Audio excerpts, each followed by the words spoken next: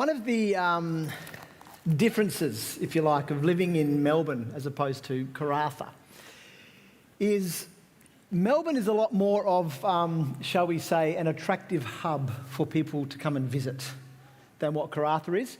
And so we've had, over the last 18 months of living in Melbourne, a number of people who have kind of got in touch, old friends from Perth and things, who have said, oh, we're coming to Melbourne, love to catch up, have a coffee, have a dinner, whatever it might be. Not too many people asking to stay with us, which is good because our house is very small and we just say no. But every time we've had people come to visit so far, all these old friends whom we haven't seen for a long time, it's just been good to reconnect. And even though we don't see each other often what happens is as you get to sit down and talk, you just reconnect, you re-engage, you kind of pick up where you left off. And what I've found is oftentimes what we'll spend a fair bit of time doing is going back over the same stories that we shared back when we lived close by and would catch up regularly. And even though we're telling the same stories, it's still fun. There's something inherently refreshing and encouraging and joyful and exciting about going back over those stories. And often what happens is when we're sharing these stories, you'll have that moment of going, oh yeah, I've forgotten about that. Or a new discovery, oh, I didn't realise that is what happened. And it's just been a really encouraging thing to catch up with these old friends whom we haven't seen for a long time. Kind of feel like that with the book of Ruth. It's a story I've read so many times. I know it well, but every time I go back to it, there's something more in the same story that just deeply, deeply encourages me. And as we unpack the fourth and final chapter of Ruth today, I hope you've felt that same sort of encouragement over the past few weeks. The deep encouragement that even in the midst of the chaos and the calamities of life, when we can't see or sense where God is, He's still at work, behind the scenes, in the margins, orchestrating things for our good and His glory. God has not, does not, and will not forget you. He can and He does redeem. And if you cast your mind back to chapter 3, in chapter 3 we see Ruth coming to Boaz on the threshing floor, humbling herself before him by laying herself at his feet, right? A place of humility, a place of submission, and asking Boaz to extend grace toward her by fulfilling his duty, his obligation as the family's kinsman redeemer. And Boaz is amazed by Ruth's actions, this beautiful mix of boldness and humility, and he calls her a woman of noble character. He sees beyond the societal labels of an ethnic, widowed, destitute woman and recognizes the loyalty, the character, the integrity, the hesed of the person in front of him, humbly asking for grace, for redemption. And so he enacts a plan. He enacts a plan to redeem both her and Naomi and rewrite their story, which is awesome, right? It's exciting. This story that starts in disobedience, in calamity, in tragedy, is finally going to have its fairy tale ending. These women are going to find redemption. They're going to find grace. They're going to be folded back into the redemptive story of God. Things are looking up. But then as chapter 3 ends, there's one final twist in the story. We're told there's actually another man who has first rights to act as the family redeemer, to redeem the land of Elimelech. If he won't, Boaz will, but this guy's got first dibs. And so we're left wondering, what's going to happen? How will the theme of loyal love play out in his final scene? What's God up to? How does His providence play out in this? Is He behind this twist?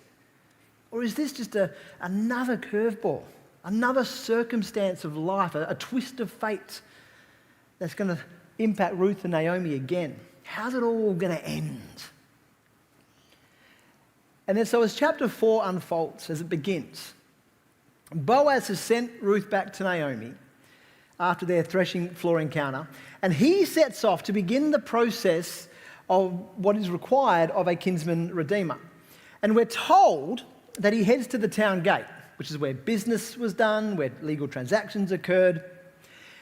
And it just so happens that he arrives just as the kinsman redeemer comes along. What a coincidence, right? By now, we should be realizing that nothing in the story of Ruth in this book happens by coincidence, does it? God is clearly still in this. And so Boaz grabs 10 of the elders of the town to act as witnesses and proceeds to offer to the rightful kinsman redeemer the opportunity to redeem the land of Elimelech. Boaz does what is needed to make this a legal, proper, legitimate transaction. Notice, he acts with integrity even when it puts in jeopardy what he's hoping will happen. There's no conniving. There's no surreptitious behavior, no trying to circumvent due process, because Boaz is a man of integrity. He will not compromise his character for anything. Church, let's take notice. Let's be people who do not compromise our character for anything. Your character is too costly to compromise for the sake of any deal. Always choose the path of integrity, even if it might cost you. So Boaz gathers the elders, he grabs the first kinsman redeemer and he says, hey, if you want it, it's yours. And this guy's thinking, great, fantastic, chance to expand the portfolio, build the investments, this is good. I mean, this had all the hallmarks of a slam dunk opportunity. It's a no-brainer. And so he says, yep, great, I'll take it, I'll do it, wonderful, thank you. But then Boaz, without compromising his character, he does show some pretty shrewd business skills. And he says in verse 5, oh, by the way, on the day you buy the land from Naomi, you also acquire Ruth the Moabite, the dead man's widow, in order to maintain the name of the dead with his property. He says, the land's available. You want it? Okay, it's yours. But there's one condition. You've got to marry the girl too. See, he's reminding the guy that if he buys the land, then he has an obligation to provide an heir to re-establish the family line of Elimelech and Mahlon. Or in other words, as it says there in verse 5, to maintain the name of the dead with his property. See, understand, having a land that a family could call their own was one of paramount importance to an Israelite person and a family, because beyond the economic benefits that land ownership brought in an agrarian society, it signified a personal family connection to God's redemptive story of bringing the slaves out of Egypt and giving Israel a land. See, God promised that he would lead them to a land where they could settle, where they could build a future, where they could have as their own and begin to put their roots down. And so owning land was considered a continuance of God's redemption that started with their ancestors. It meant you were part of the redemptive story of God. Your name was in God's story because it was attached to the promised land that God had given. And so to lose your land was unimaginable because it essentially amounted to annihilation. Your family name was written out of the story of God when you lost your land. And so the kinsman redeemer system was a way to ensure that families maintained their land inheritance and their status in God's story by providing the opportunity for a new son to inherit the land and keep the family line going. And the guy knows his responsibility here. And he says to Boaz, I'm not going to do it. Can't do it. Because it might endanger my own estate. You redeem it yourself. You go ahead because I cannot. He doesn't want to pay the price because he knows the cost. And in a time stereotyped by the phrase, everyone did as they saw fit, made their own decisions for their own self-interests, he says, I'm not willing to do it. See, he knows that any addition to his family would have a domino effect, right? It'll limit his current children's inheritance.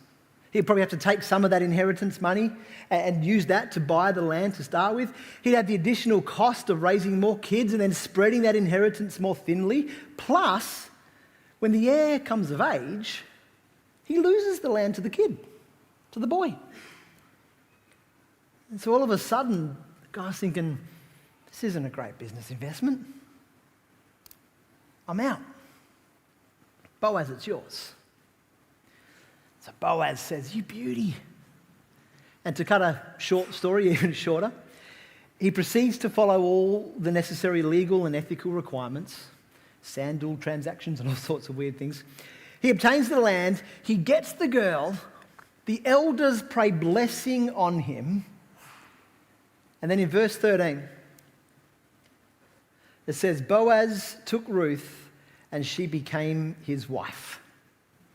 When he made love to her, the Lord enabled her to conceive, and she gave birth to a son. Then we see the community gathering around Naomi. They celebrate this incredible blessing. And in verse 16 it says, Naomi took the child in her arms and cared for him. The women living there said, Naomi has a son.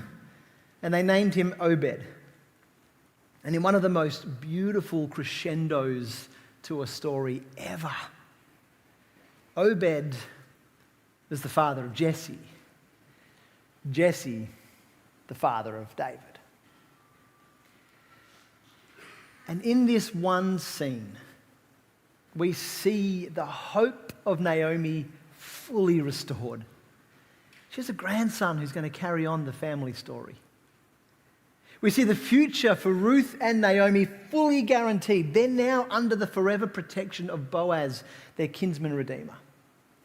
And we see the legacy of Ruth fully confirmed. This immigrant widow who had no business being in Israel is now forever written into the story of God. Her grandson became the greatest king Israel had ever seen. Well, that is until the king came from the same family line. Ruth the Moabite, the immigrant widow, is now forever remembered in the unfolding story of God's redemptive dealings with the world. Isn't that incredible? The fact that in our Bible we have a book named after this lady screams of the radical nature of an all-loving, all-welcoming God, doesn't it? It's amazing. And that's the book of Ruth. A story of crazy ups and downs. A story that starts with disobedience and death and hopelessness, but ends with a great reversal, with obedience and with new life and hope restored. And so when we step back and take a look at the book as a whole, for the rest of my time this morning, there's three things that I just want to draw your attention to as applications for us as God's people living in 21st century Melbourne. The first two we've already mentioned a bunch, but they're just so important. They're so inherent in the story of Ruth that we need to go back there one last time. And then I'll offer you a third one to finish off this morning as well. The first is the concept of loyal love, hesed. Let's go back there one more time. It's so crucial in the book of Ruth because hesed is a fundamental character trait of God himself. It's how God describes himself in Exodus 34. He is a God of hesed. And so to act with hesed is therefore to act in line with the character and nature of God. And when we act in line with the character and nature of God, the impact it has in the lives of others is enormous, isn't it? And that's what we see through this entire book. People acting with loyal love that changes other people's lives. You know, I've shared a little bit of this story before, but when I think back across the examples of people acting with hesed towards us, towards me, over my life, there's a number of them. But one that stands out is when Oscar, our son, was born. He's 13 and a half years old now, so we're going back a few years. But it was an incredibly traumatic birth. We won't go into the details this morning, but it was tough. It was hard. And we came out of that with a whole lot of questions and some stuff that needed processing and all sorts of things. And one of the things that really made a significant difference for us post-birth was a close group of friends from church who cared for us so incredibly well. You know, they just came and sat with us, prayed with us, listened to us, helped us to unpack the story of Oscar's birth, cooked meals for us, cleaned our house. Like, it was just amazing. And it was that loyal love amongst the goodness of God and a bunch of things that really managed to get us going again. It was incredible. It's absolutely phenomenal. And I'm sure you can think of a number of people in your lives who have acted this way toward you, and it makes all the difference, doesn't it? But here's the rub. Acting with hesed is not dependent on the circumstances we find ourselves in. We don't act with hesed only when it suits, when it benefits us, or when we've got the margins and the capacity to do so. We act with hesed in every situation because it's who God is, and we are made as the image of God to the world around us. Understand, you don't just bear the image of God. You don't reflect the image of God, or you don't just carry the image of God. You are his image. It's who you are. And as we grow to become more like Christ, our character is shaped by him, and we adopt a life of hesed toward others. Now, I'll be the first to put my hand up and say, I am still a work in progress when it comes to this. We all are. But it's a choice we have, and it's a calling we embrace to continue to move toward being the image of God and living as people of hesed. One commentator says, the book of Ruth reminds us that common people can achieve uncommon ends when they act unselfishly toward each other. I love that. Hesed changes lives. Support the people around you, even when it costs. Prioritize their well-being, even when it costs. Pray for them. You know, one of the ways that hesed is shown through the book of Ruth is by people praying for others, praying blessing upon one another, but then being the answer to that prayer. Praying God would bless someone and then being open and willing to being the answer to that prayer, that's hesed. What could be possible if instead of praying, God, would you bless that person, we began to pray, God, how can I bless that person?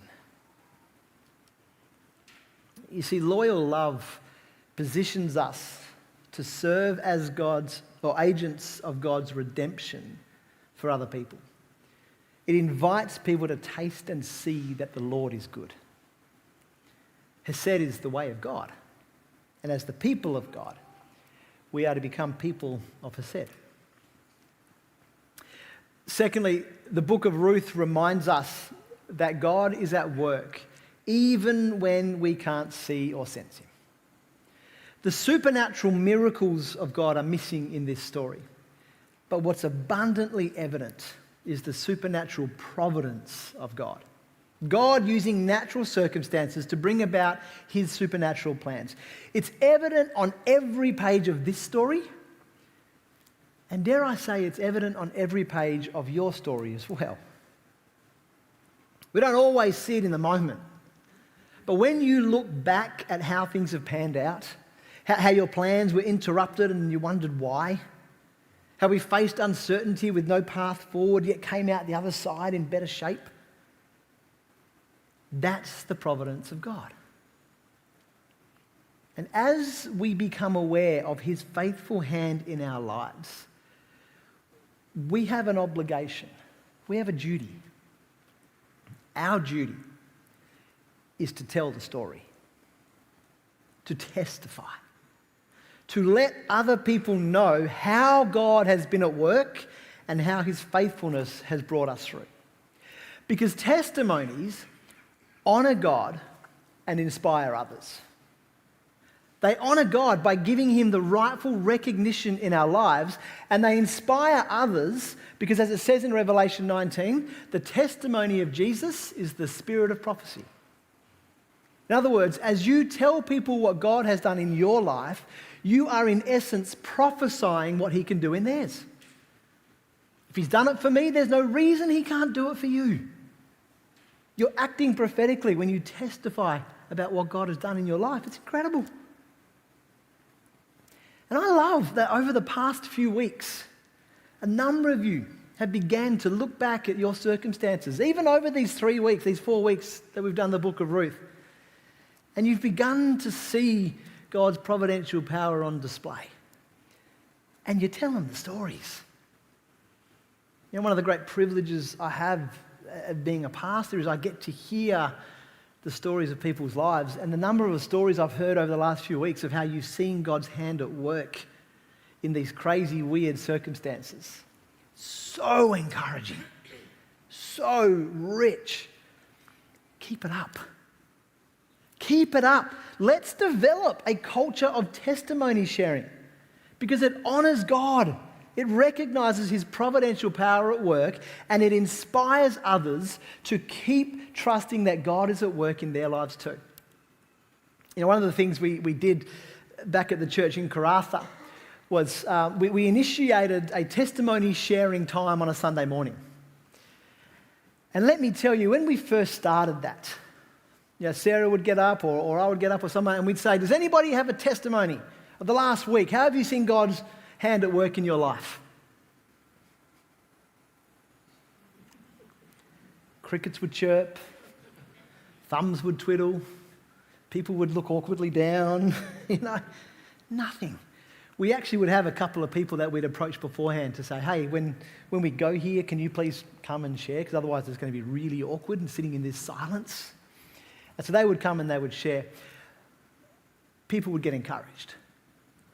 And do you know what happened over a relatively short space of time?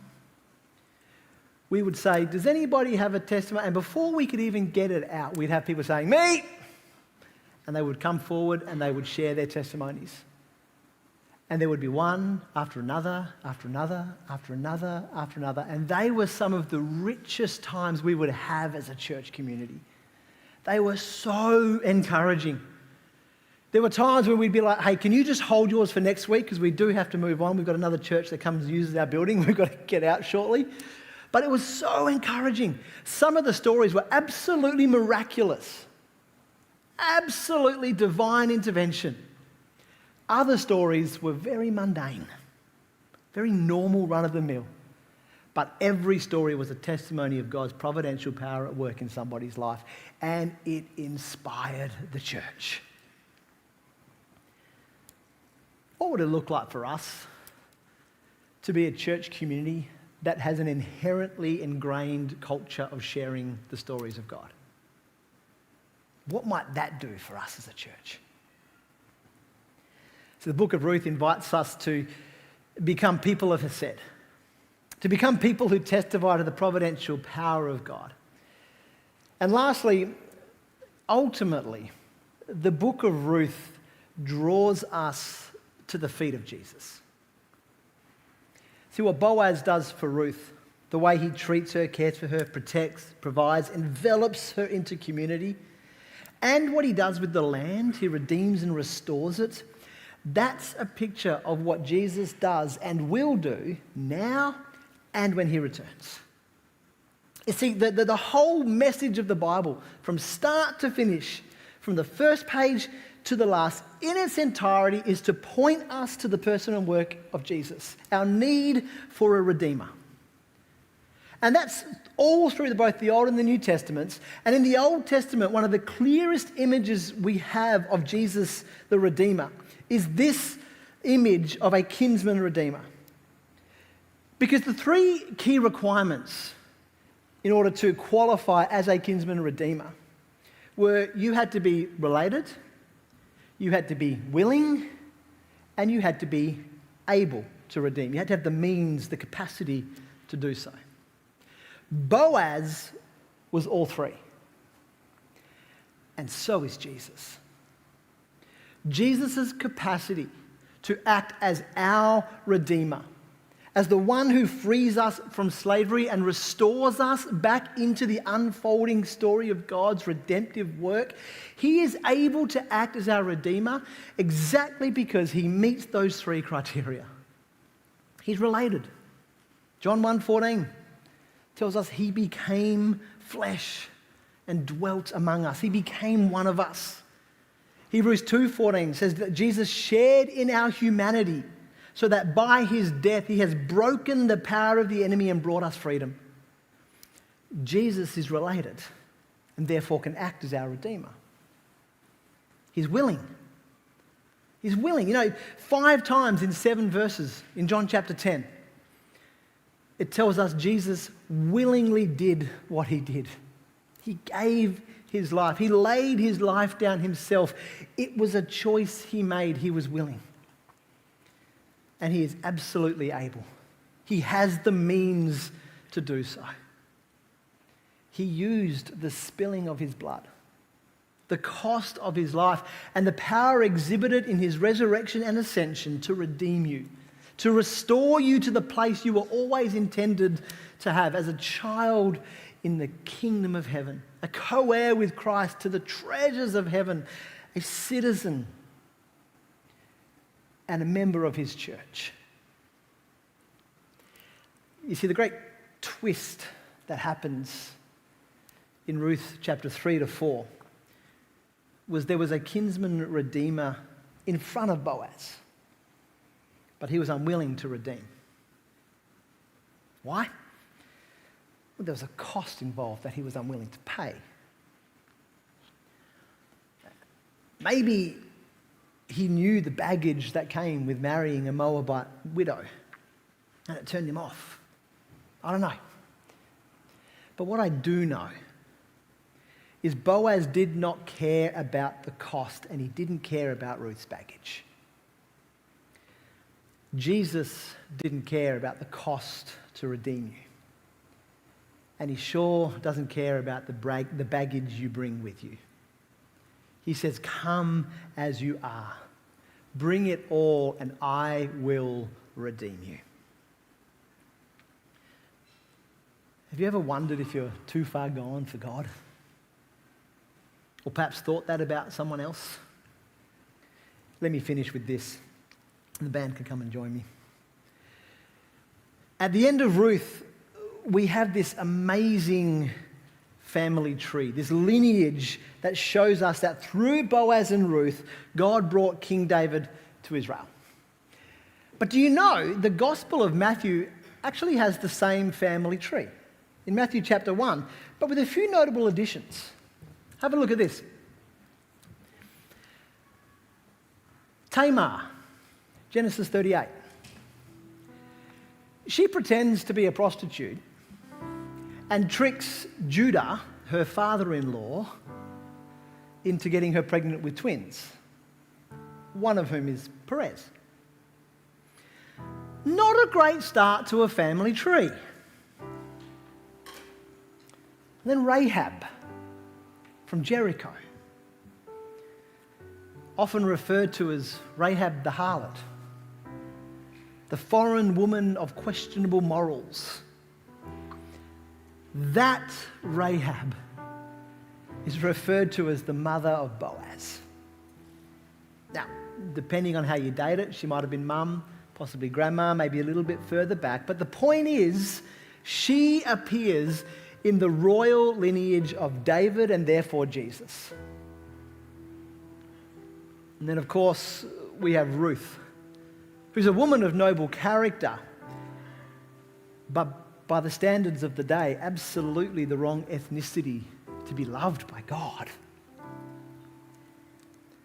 We don't have time to comment on the others in this list as well, but the point's clear. God is so willing to associate himself with people of ill repute and to weave them by his mercy into his story. No one is too far gone that the mercy of God cannot reach out and transform your life. You've just got to come to the feet of Jesus. So will you allow the Hesed of God to transform your life? And will you be a conduit of God's Hesed to even those whom perhaps we think don't deserve it? Throw yourself at Jesus' feet. That's where grace is found. That's where redemption is found. That's where Hesed is found. And then go and invite others to do likewise. I think this is what the story of Ruth shows us and calls us to embrace. Would you pray with me?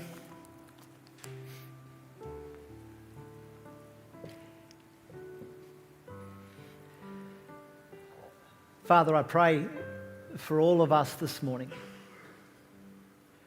that we would indeed be a church that is shaped by your character and nature. I pray, Lord, that you would lead us into a deeper understanding and revelation of what it means to live in your loyal love and to be people who live that way for others as well. May your incredible grace, your kindness, your goodness, your mercy, your favor, your blessing, your love be made evident to people around us as we are shaped as your image and live as people of Hesed.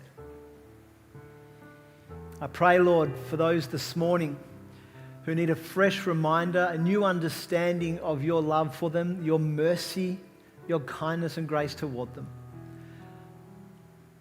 Lord, remind them that they are worthy of your love, that you came and died for them. You rose so that they could live into the freedom of life that is only found in Christ.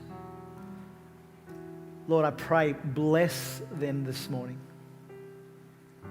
May we all come to the feet of Jesus again and receive afresh your grace. Thank you for this incredible story. Thank you that you're with us. Help us to see where you're at work and to be a church that tells the stories of God in our life. Jesus, you are more than enough. You are our everything. We have our life in you, through you, because of you. I thank you in your holy, gracious name. Amen. Amen.